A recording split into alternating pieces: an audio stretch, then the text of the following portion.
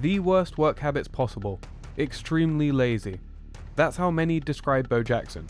He refused to lift weights, yet he could bench over 400 pounds. He hated to practice, yet still became one of the most dominant players college football had ever seen. A Heisman Trophy winner, the #1 overall pick, and the only athlete ever selected as an all-star in 2 professional sports. So how did someone labelled lazy make elite athletes look like high school players? And if Bo Jackson was that good, why do his career stats look so ordinary? Well, to find out, we have to go back to the 1970s in Bessemer, Alabama. Early on, Bo Jackson wasn't chasing greatness. He was a bully. Fighting was routine, stealing followed. By 13, it escalated. He and his friends broke into a hog pen and killed several pigs. Jackson was threatened with reform school, but the owner of the hogs, a minister, offered forgiveness. The possibility alone marked a turning point for Jackson. From that moment, a new person emerged. The multi-sport, freak athlete who by his senior year of high school was already destined for the pros. He hit 20 home runs in 25 games, tied for a national high school record, which prompted the New York Yankees to draft him. He rushed for almost 1,200 yards on 11 yards an attempt and scored 17 touchdowns, but those numbers were modest because he was playing every down on both offense and defense. He even won 2 state decathlons while skipping the final event. You didn't run the mile. My junior and my senior year, I didn't run the mile. But you still won the decathlon. I still won the decathlon. I did not run the mile. It all came naturally to Bo. His school lacked basic facilities, so he had never even pole vaulted before the decathlon. Yet after a few attempts, he looked like he had been pole vaulting all his life. He's just the superlative athlete of all time, the greatest physical specimen of all time. Take Jim Thorpe, take Deion, take whoever. He's the greatest. Won the genetic lottery. Those kinds of athletes come about once in 100 years. He's probably the ultimate athlete. When God chiseled out an athlete, he chiseled out Bo Jackson. Jackson would be a highly sought after recruit, but he wanted to remain close to home. His first option was Alabama, one of the country's most prestigious programs. But after Jackson was told he wouldn't play until the end of his sophomore year, he quickly turned his attention to their rival, Auburn, where he could start as a freshman. The Alabama recruiter's words lingered in his mind. Choosing Auburn meant losing to Alabama for 4 straight years. That was fuel for Jackson. He signed with Auburn with this incredible obsession that he could go to Auburn and he would show Alabama. He arrived on campus, and before he even played a snap, was drawing comparisons to Herschel Walker, one of, if not the greatest college player of all time. After a 28-10 victory against Wake Forest, where Jackson rushed for 123 yards and 2 touchdowns, it was clear Auburn had a star. And by the time they reached the regular season finale, Jackson had rushed for 651 yards. But his biggest test came that week. The Alabama-Auburn rivalry is a deep-rooted hatred, one that stretches back to the 19th century. Known as the Iron Bowl, the rivalry had recently tilted one way. Alabama had won the last 9 games. They were led by the then all-time winningest coach, Paul Bear Bryant. But Alabama's reign, which had spanned more than 2 decades, was coming to an end by 1982. Auburn, on the other hand, was a team on the rise, led by the nation's hottest new star. What no one saw was how much he was struggling. Severely homesick, the week before the Iron Bowl, Jackson decided to return to Bessemer. But as he sat at the bus station, he thought to himself, I would disappoint my mother and everybody that looked up to me as, well, he's gone on to college and he's done something with his life. I just don't want to be another person that's just hanging around the neighborhood, not doing anything with his life. Refocused, Jackson returned in time for the Alabama game. The matchup was even. Both entered at 7-3 and had lost 2 of their last 3 games. The game would reflect that, as entering the final minutes, there had already been 5 lead changes. With 7 minutes remaining, Auburn received the ball at their own 33-yard line. Alabama was hanging on to a 22-17 lead. They began the opening drive well, marching down to Alabama's 30-yard line. Then, disaster struck. And over the middle it goes for Chris Wood. It is intercepted by Castile. I think they're going to call Castile for pass interference. But Auburn would be bailed out by a pass interference call to keep the drive alive. A few plays later, Jackson, lined up as a tight end, ran his route and caught the ball at the 5-yard line. He was tackled inches away from the end zone, setting up 4th and 1. Everyone knew who was getting the ball. Jackson, who was a 7-foot high jumper in high school, took the handoff.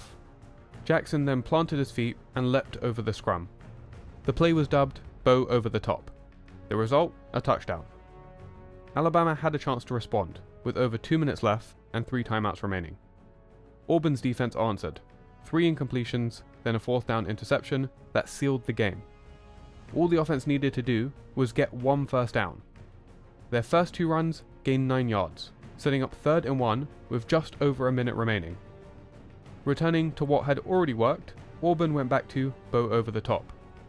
Except this time, as Jackson soared above the line, he fumbled the ball. Fortunately for him, the defense held strong and Auburn escaped with a 23-22 victory. The 9-year losing streak was broken. The play also propelled Jackson into the national consciousness.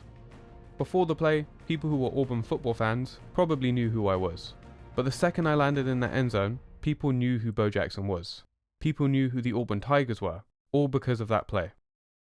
Auburn closed the season with a bowl victory, their first since 1974, defeating Boston College 33-26 as Bo Jackson powered in for 2 touchdowns. By his sophomore season, he'd reach a new level of stardom, rushing for over 1,200 yards and averaging 7.7 yards per carry.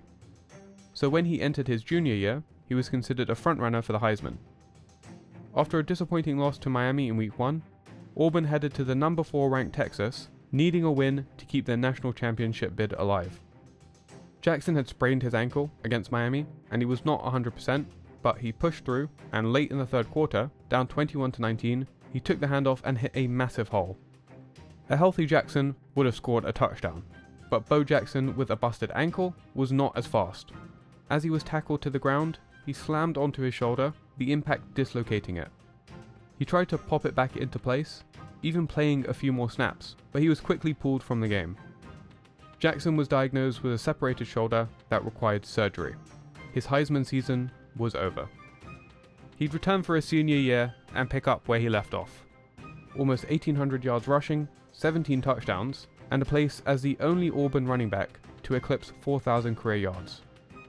But 2 games stood out that blemished an otherwise productive year. First came the Tennessee Vols, who held Jackson to 80 yards on 17 carries. The stats, however, were not the problem.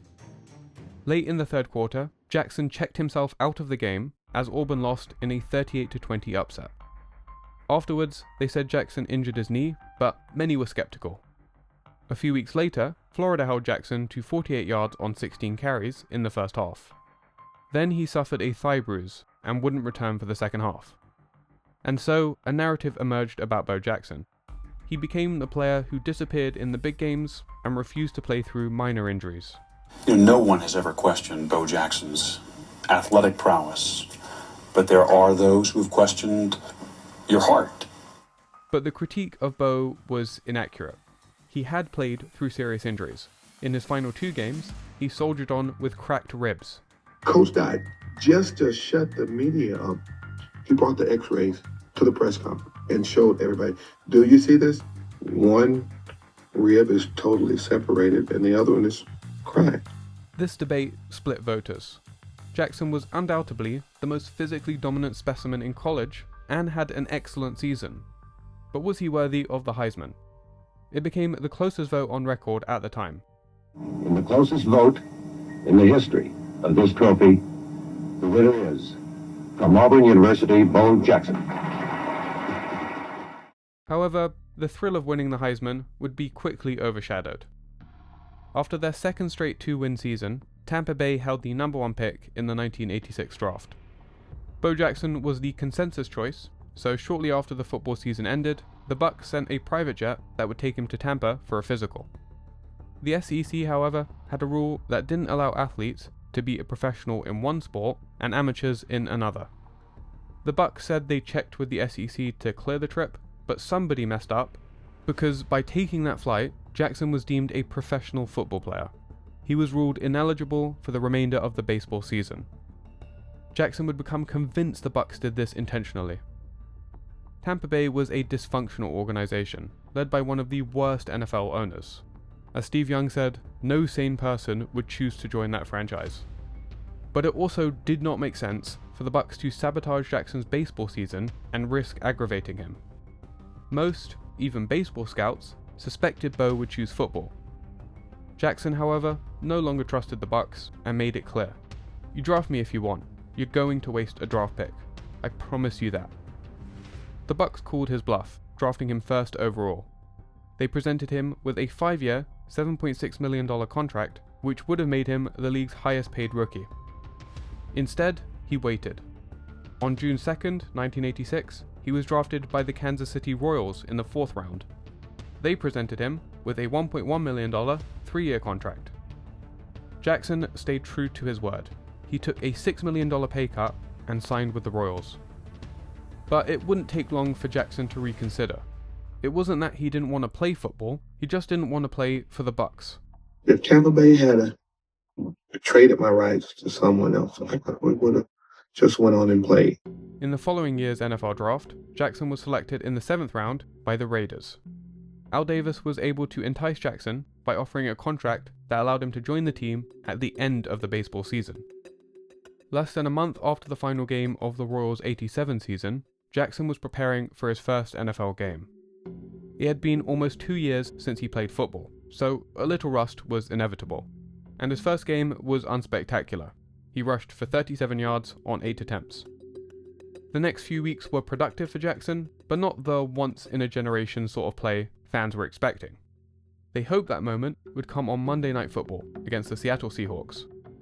After winning their first 3 games, consumed by the player strike, the Raiders proceeded to lose 7 straight.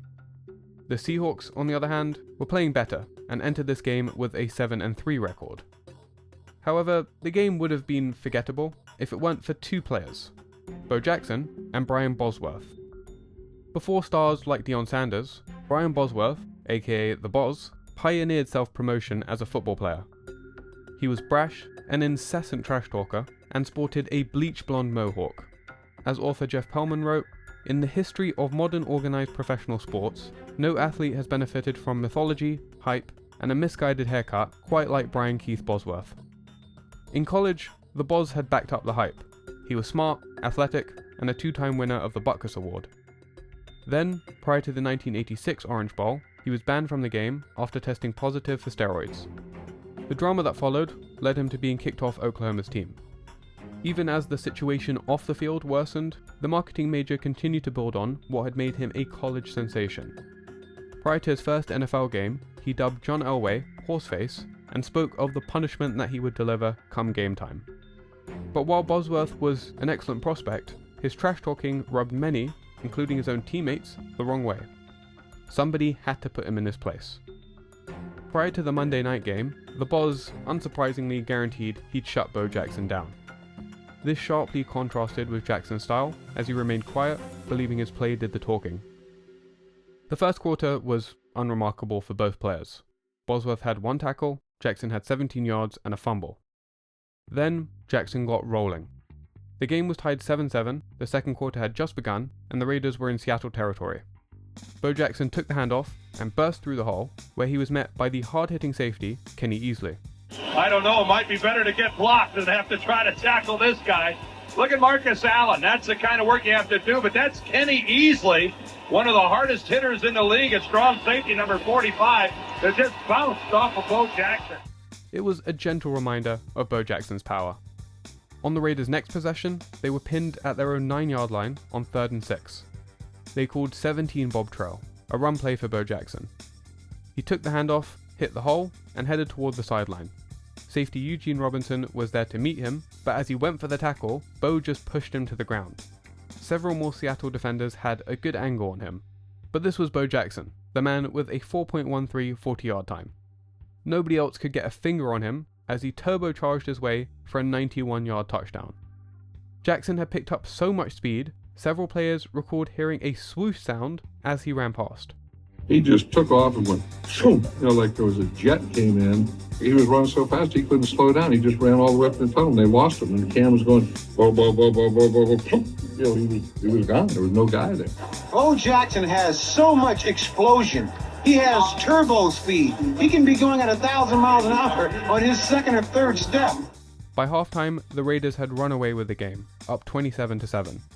So far, it had been the Bo Jackson show. The Boz was MIA. The Raiders began the third quarter with a commanding drive, reaching Seattle's 2-yard line. Now 3rd and 1, there was only one person getting the ball. Jackson took the pitch, and as he cut towards the end zone, one man stood in his way. The two collided. Bosworth wrapped Jackson up. He tried to drag him to the ground, but Jackson, 230 pounds, and at full speed in a couple of steps, dragged Bosworth into the end zone. With that run, the image of the Boz had been shattered. But in fairness, this play gets overblown. Jackson's most impressive head-to-head collision came 1 week prior against the Denver Broncos. Mike Harden was a notorious hard hitter, known for his late hits and cheap shots. The offense was told to watch out for him. He's dirty. Midway through the second quarter, the Raiders ran Bo reverse. Jackson would take the handoff, begin running in one direction, then cut back the other way. As he ran right, he drew most of the defenders with him before cutting back to an open lane down the sideline. Breaking into the secondary, Mike Harden was waiting. Jackson lowered his shoulder and ran right through Harden without even losing a step, continuing to the end zone for a 35-yard touchdown. While that run may have been more impressive, the build-up and the Monday night audience of millions made the Bo Boz moment far bigger. 1987 would be a short but great season for Jackson. He rushed for 554 yards on just 81 carries and came second in Offensive Rookie of the Year voting. The following season, the numbers leveled off. In 1988, Jackson rushed for a similar total on more attempts. But the problem with the Raiders that season was not Bo Jackson. After Tom Flores resigned, Al Davis hired Broncos offensive coordinator Mike Shanahan. Shanahan was a West Coast guy. Al Davis was stuck in the past. His philosophy was still to throw it deep 20 times a game. Davis would frequently undermine Shanahan, and the result was pure dysfunction. They ended the season 7-9, a year Jackson would happily put behind him. In 1989, Nike had released their first commercial for a new cross-trainer shoe. They also signed Jackson to an endorsement deal 2 years earlier. So the two-sport star was the perfect candidate to promote the new shoe. The Bo Nose ad Nike would create showed Jackson attempting several other sports and succeeding, playing on this idea he could do anything. Now, they just needed a time to air it.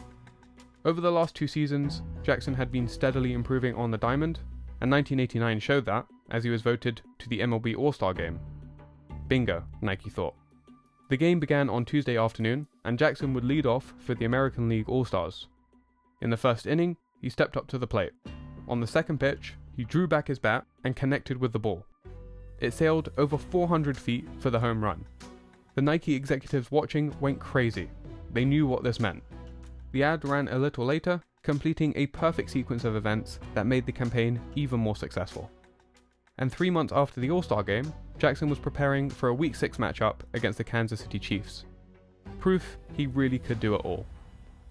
To the relief of Jackson, the Raiders had fired Mike Shanahan in Week 4, who was replaced by the former Raider legend, Art Shell. With Marcus Allen going down with an injury in Week 5, Bo Jackson became the lead back. He responded with 85 yards on just 11 attempts. But Jackson still hadn't delivered a true statement game since 1987 against the Seahawks. The following week didn't change that. He finished with 79 yards on 20 carries. Then came Washington, who had the league's second best run defense in 1989, and it showed early. Jackson was held to 26 yards on 9 carries in the first half.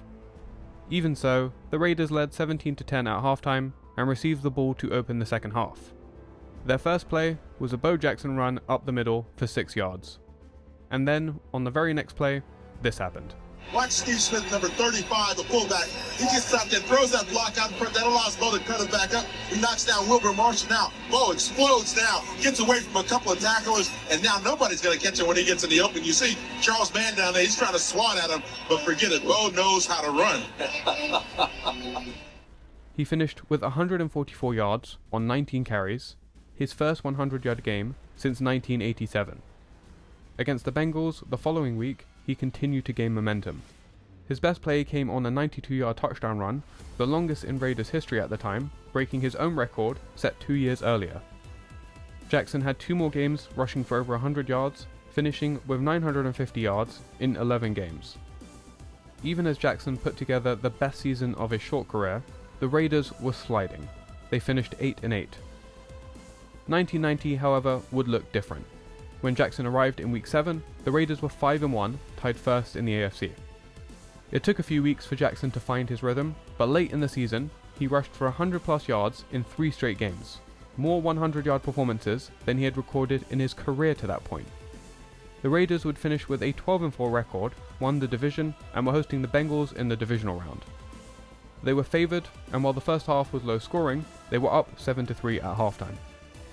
In 2 games against the Bengals, Jackson rushed for 276 yards, with his longest runs going for 92 and 88 yards. That success continued this game. By the first half, he had rushed for 43 yards on 5 carries. The Raiders received the ball to open the second half, and a couple plays into the drive, they ran 28 Bo reverse left. Bo took the pitch and burst through the gap created by a Marcus Allen block and rushed for 34 yards before linebacker Kevin Walker got hold of his right leg. The crowd went wild as the Raiders entered Bengals territory, but Bo Jackson remained on the floor. Eventually he rose to his feet and hobbled off the field. While he didn't return to the game, the Raiders won 20-10, and he had rushed for 77 yards on just 6 carries before the injury. Many expected him to return for the AFC Championship game, but the injury proved more serious. A condition known as a vascular necrosis resulted in deterioration of the cartilage and bone around his hip. Jackson would make an extraordinary comeback in baseball, becoming the first player to play with an artificial hip and winning American League Comeback Player of the Year in 1993. But he would never play football again. That makes him one of the greatest what-ifs in NFL history. The career of arguably the greatest athlete of all time cut short far too early. Although his career was brief, I'm going to tell you, if there's a shooting star that was brighter than this guy, I'd like to see it. But another two-sport star who fulfilled his potential, at least on the gridiron, was Deion Sanders. In Sanders' own words, if it weren't for Bo, there would be no Prime. If you want to learn more about his career, check out this video here. We all know how much Cleveland loves Tecmo Bowl, so let's start playing. I'm the Raiders, I'm Bo Jackson, and hopefully he'll show up. That's no fair. Bo Jackson's too fast.